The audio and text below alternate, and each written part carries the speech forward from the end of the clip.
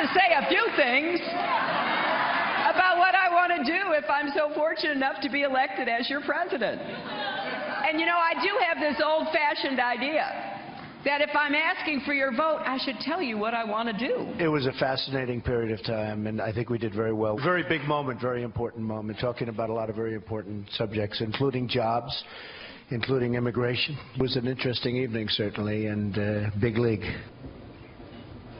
It was an interesting evening, definitely that. And, of course, the candidates were saying they both won. What about their top supporters or advocates?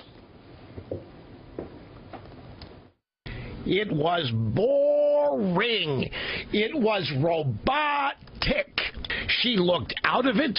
She looked rattled. She looked like she wasn't prepared for the way Trump was behaving and what Trump had to say. She came in prepared, ready to talk about the economy, ready to talk about all the issues. She had specific plans. And I thought he came in unprepared and kind of fell apart. The focus groups that were being done real time had her winning. All right, let's bring in our panel here in New York. Monica Crowley, editor and columnist for The Washington Times. Philip Bump, politics reporter for The Washington Post. Caitlin Huey-Burns, national political reporter for Real Clear Politics. And Bill McGurn, Main Street columnist for The Wall Street Journal. Thank you all for being here. Bill, let me start with you. Your thoughts. Well, look, I think part of the focus after the debate, the post-debate story is almost bigger. I'm not sure regular people watch the debate the way we do. I mean, I don't know about you, but I was watching with the computer screen, with the Twitter feed, and then family reaction. I'm just not sure people chew the bone so much as other people. Well, let me just tell you one thing, let me interrupt you. I was in the hall, and it was a completely different thing because I went home to my hotel room and watched the whole debate again. That's why I'm very tired today. But it's completely different. Oh, there's a lot of different experiences. Look, overall, I thought Mrs. Clinton did better than I expected, presented herself well. I think there's a lot of analysis of Donald Trump. I think his main problem was that she put him on defense a lot on his business and stuff, and he spent a lot of time defensive and explaining himself. And we haven't seen a defensive Donald Trump in a long time. You know, Donald Trump is an offense kind of guy. Yeah, Monica, I heard of a few people say, you know, the first 25 minutes were really strong for Donald Trump, but unfortunately the debate was 90 minutes. Yeah, and my biggest complaint about his performance, which I thought was fine because he cleared a lower bar, which is presenting himself as a reasonable person and a plausible president. He cleared that, and that in itself constitutes a win for somebody who has never done this before. But my biggest complaint was that throughout this campaign, or at least over the last 2 months, Donald Trump has done the right thing in making his campaign not about himself, Brett, but about America, talking about the American people and how he is going to restore America to economic strength and military greatness. And what he did last night was he kept falling for the bait. She kept baiting him, and he turned it into a commentary about his businesses, his properties, his hotels. He rescued himself on a number of occasions, but I think it was a lot of lost time on his part where he could have been talking about that he's really doing this for the American people and for the country. You know, Caitlin, he spoke the most, about 65% of this debate. And when the debate is about him, Clinton is probably doing better. Right. We've seen that throughout the course of the campaign. Whoever's in the spotlight that week, they tend to be doing worse in the polls. And so what I thought was interesting, I was actually kind of surprised how much time he took and how much time he took to defend himself instead of moving on. To your point earlier, he missed a lot of opportunities to change the course of the debate back to what he is comfortable talking about. He missed lots of opportunities to go after her on the foundation, on immigration, on Benghazi. He said he wasn't asked about it, but this was a format in which there was more opportunity to go head-to-head. We didn't see that in the primary. And I think the preparation strategies really showed last night. The idea that he was not really, didn't seem prepared to take these attacks and move on, I think was apparent. Yeah, Phil, the Trump campaign points to these online polls, and there's a ton of them. We know this from the primary debates.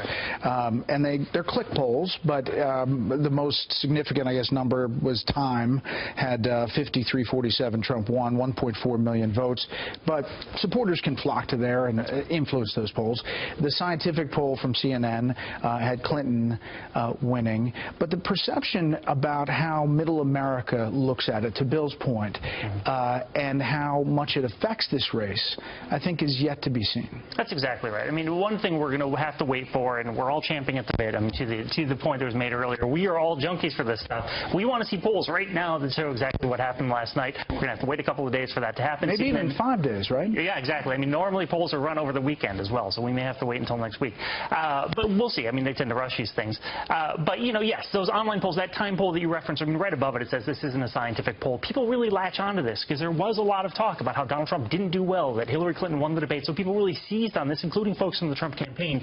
But we're going to have to wait and see. Yes, I mean, there's a lot of anecdotal evidence that goes one way or the other, but we don't really have anything hard in hand that shows us what happened. All right, Bill, the New York Post had a story about how Donald Trump won over some Democrats and undecided voters in a bar in Pennsylvania. Right. And Ken Reed is a 35-year-old registered Democrat small businessman. He's quoted in the piece saying, by the end of the debate, Clinton never said a thing to persuade me that she had anything to offer me or my family or my community. I have to say Trump has the edge this evening. He came out swinging, but also talked about specifics on jobs and the economy. Right. I think that it points to the two very different kinds of campaigns. Mrs. Clinton is a policy wonk. That's what she offered last night. She was in command of her different policies. Donald Trump isn't running on policy finesse. He's running on the idea that America is not great anymore. He's going to make it great again. And he's running against political correctness and against Washington. So I don't think you're ever going to get the details. But this is the question I wonder. If you're sitting in Dubuque, if you're not Bill McGurn watching with the Twitter account and people emailing you, if you're just sitting there in your living room with your spouse and someone says, I'm concerned, the people that are worried about their jobs, worried about the economy, worried about, that might resonate.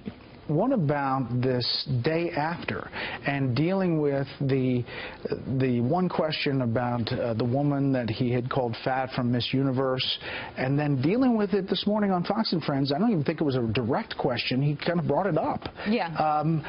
How is that winning with women? He has a tendency that doesn't work in his favor. It's not helpful when he extends the life of a story that is not helpful to him. And I think in that situation, he should not have fallen for her bait. Clearly, at the end of the debate, she had that talking point prepared about women. And since Lester Holt didn't bring it up and he didn't hit her with it, she felt she needed to interject it. And it was a problem because he felt then that he had to address that. Instead of focusing on the larger picture, which is that 70% of the American people believe the country is on the wrong track. This is a change election. Donald Trump is the change agent. She is running as the status quo incumbent, the global elitist, which is being roundly rejected by voters across the West. Instead of addressing those issues directly, which he did do during the course of the definitely in the first 25 debate, minutes. Absolutely, but I think too often he went down the rabbit hole, and I think in the next two debates he will probably avoid doing that. And Caitlin, you know, he said at the end of the debate, I'm not going to mention something I was going to mention, but by not saying it, he essentially said it about the Clintons. Exactly. He made the point that he was trying to make. And the campaign is saying that he might bring things up in the next forum. Remember, the next format is a town hall kind of format, which could actually sometimes work in his favor because he feeds off crowds, but it's also not the kind of format where he can really attack her on those certain things. It's a different kind of environment.